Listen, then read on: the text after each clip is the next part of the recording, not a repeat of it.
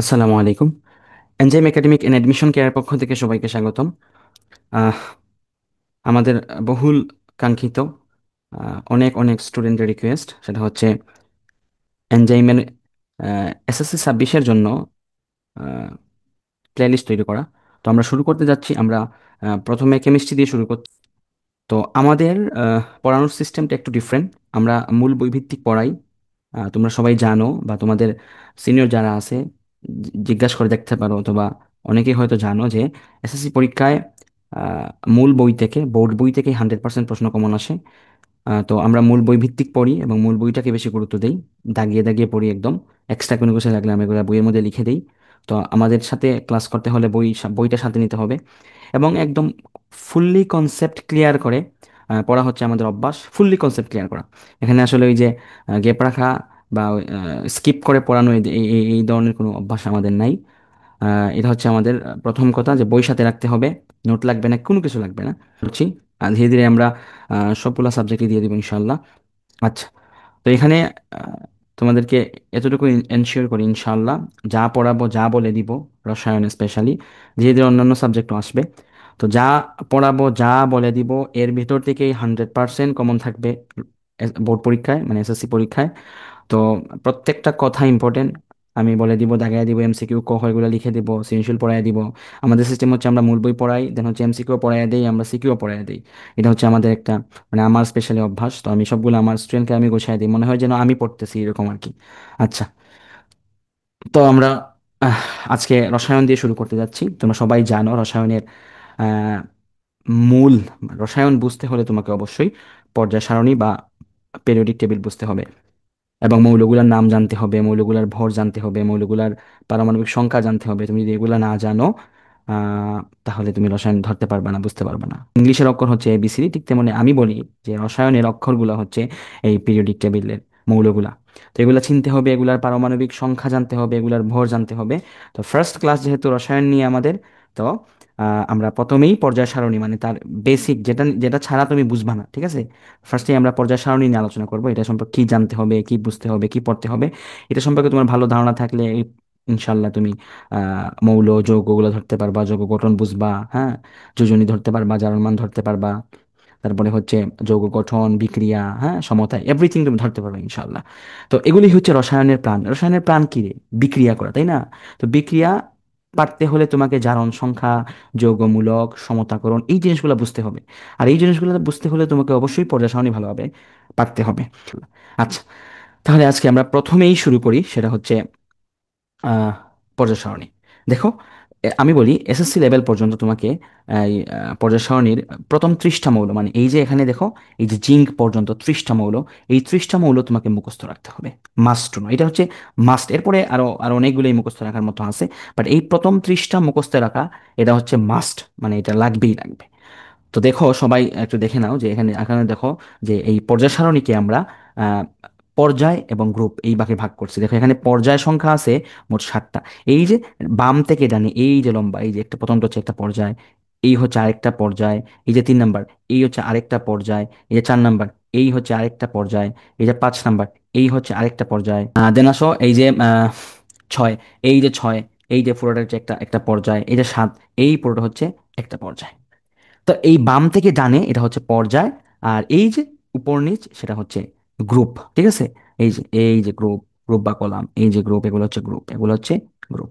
এখন দেখো, এই গ্রুপ এরকম এরকম এরকম লম্বা লম্বি মোট আছে 18টা। কয়টা?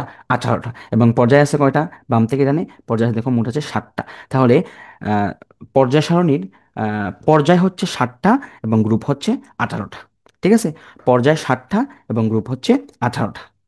প্রথমে একদম বেসিক যদি বলতে চাই আমি, তাহলে যে তোমাকে এই হাইড্রোজেন থেকে জিঙ্ক পর্যন্ত তার পারমাণবিক সংখ্যা মুখস্থ করতে হবে। কিভাবে? দেখো, এই যে হাইড্রোজেন 1, মানে হাইড্রোজেন হচ্ছে 1 নাম্বার, ঠিক আছে। হিলিয়াম হচ্ছে 2, lithium 3, beryllium 4, boron 5, carbon 6, nitrogen 7, oxygen 8। এই যে উপরে বাম দিকে এটা হচ্ছে তার পারমাণবিক সংখ্যা। Fluorine 9, neon 10, sodium 11, magnesium 12, aluminium 13, silicon 14, phosphorus 15, sulphur 16, chlorine 17, argon 18, potassium 19, calcium 20। এই হচ্ছে প্রথম 20টা। এই 20টার ভর ও মাস টুনো। আচ্ছা, আমরা ভরের একটু পরে আসতেছি। দেন আছে scandium 21, titanium 22, vanadium 23, chromium 24, manganese 25, iron 26, কবাল্ট 27, nickel 28, copper 29, zinc 30। এই হচ্ছে আমার 30টা মৌল। এই 30টা মৌল পারমাণবিক সংখ্যা তোমাকে মুখস্থ রাখতে হবে। এই পারমাণবিক সংখ্যা থেকে আমি ইলেকট্রন সংখ্যা জানতে পারবো, আমি প্রোটন সংখ্যা জানতে পারবো। ঠিক আছে, দেন পারমাণবিক ভর জানলে আমি এখান থেকে নিউটন সংখ্যাও বের করতে পারবো। এগুলো আমরা ক্লাসের মাধ্যমে স্টেপ বাই স্টেপ আসবো, এগুলো সবগুলোই আসবে। তবে আমাকে প্রাথমিকভাবে 1 থেকে 30 পর্যন্ত 30টা মৌলের নাম সিরিয়ালি মাথায় রাখতে হবে। আর এখানে কোনটা কত নাম্বার র্যান্ডমলি মাথায় রাখতে হবে, যাতে, যেমন আমি বললাম অ্যালুমিনিয়াম কত নাম্বার মৌল, 13 নম্বর মৌল, তাহলে এখান থেকে আমার ইলেকট্রন চলে আসবে, প্রোটন চলে আসবে, এখান থেকে আমি সিস্টেমেটিক্যালি তার নিউট্রন জানতে পারবো। এগুলা কিভাবে আসবে, এগুলো আমরা ক্লাসে আসবে ধীরে ধীরে। আচ্ছা, তাহলে এখান থেকে আমরা দেখে নিলাম যে হাইড্রোজেন থেকে জিঙ্ক পর্যন্ত এই 30টা মৌল তোমাকে মুখস্থ করতে হবে। বুঝা গেছে? এবার পড়বা তুমি hydrogen 1, hydrogen 1, helium 2, helium 2, lithium 3, beryllium 4, হ্যাঁ, বোরন 5, কার্বন 6, নাইট্রোজেন 7, অক্সিজেন 8, হ্যাঁ, ফ্লোরিন 9, নিয়ন 10। এইভাবে মানে এইভাবে তোমার তোমার সুবিধা মতো তুমি মুখস্থ করে নিবা। এরপরে আমরা পর্যায় সারণী সম্পর্কে আরো আর অনেক কিছু আছে, যে এই পর্যায় সারণীর এই গ্রুপের নাম, প্রথম গ্রুপের নাম কি, দ্বিতীয় গ্রুপের নাম কি, হ্যাঁ, 18 গ্রুপের নাম আছে, 17 নম্বর গ্রুপে আলাদা নাম আছে, 16 নম্বর গ্রুপে আলাদা নাম আছে, 15 নম্বর গ্রুপে আলাদা নাম আছে। এটা ওদের চাইলে আমরা খুব ভালোভাবে পড়ে নিব, সমস্যা নেই। ক্লাস যখন আসবে তখন অটোমেটিকলি এগুলো চলে আসবে। তবে আমি বললাম না এবিসিডি লাগবে না, এই এবিসিডি হচ্ছে এই 1 থেকে 30 পর্যন্ত মৌলগুলার পারমাণবিক সংখ্যা মুখস্থ করা, ব্যাস। পারমাণবিক সংখ্যা মুখস্থ করা, সাথে পারমাণবিক ভর। পারমাণবিক ভর কি, 1 থেকে 20 পর্যন্ত পারমাণবিক ভর মুখস্থ করবা। আর 21 থেকে 30-এর মধ্যে পারমাণবিক ভর মুখস্থ করবা তুমি হচ্ছে আয়রন। কোনটা মুখস্থ করবা? আয়রন। আয়রন মাথায় রাখবা, সেটা হচ্ছে 55.85, 55.85। আর তুমি মাথায় রাখবা কপার, সেটা হচ্ছে 63.5, দেখো 63.5। আর জিঙ্ক হচ্ছে 65। আচ্ছা, তোমার বইয়ের মধ্যে কিন্তু দেওয়া আছে অধ্যায় 4-এর, এই যে আমি এখানে এনে রাখছি, এই যে অধ্যায় 4-এর 62 নম্বর, 62, 63 নম্বর পেজের মধ্যে তোমার বই সুন্দর করে দেওয়া আছে।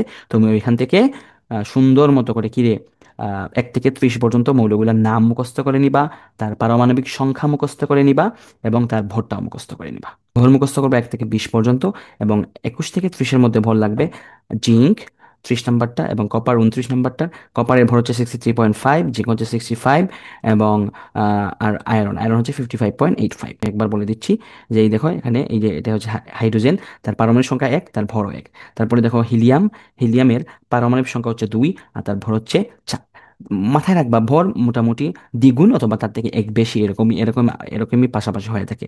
লিথিয়াম দেখো, তার পারমাণবিক সংখ্যা 3, তার ভর 7। বেরিলিয়াম হচ্ছে পারমাণবিক সংখ্যা 4, তার ভর হচ্ছে 9। এইভাবে মানে দ্বিগুণ অথবা তার থেকে একটু বেশি, মানে উপরে ডান দিকে তোমার বইয়ের মধ্যে উপরে ডান দিকে যেটা, সেটা হচ্ছে তার পারমাণবিক ভর, আর উপরে বাম দিকে সেটা সেটা হচ্ছে পারমাণবিক সংখ্যা। তো এই যেগুলা, এগুলোকে আমি দেখো, আমি কিন্তু একবার মৌল বলছি, আবার ওগুলোকে আমি পরমাণু বলতেছি। তো এই যে মৌল কেন বললাম, পরমাণু কেন বললাম, এটাও আসবে হচ্ছে অধ্যায় 3 থেকে আমরা শুরু করবো যখন, তখন এগুলো বিস্তারিত আসবে। তাহলে আমার এই আজকের ক্লাসের ঘুরে ফিরে একটাই কথা, 1 থেকে 30 পর্যন্ত মৌলগুলার পারমাণবিক সংখ্যা মুখস্থ করে নিবা, এবং পারমাণবিক ভর মুখস্থ করে নিবা।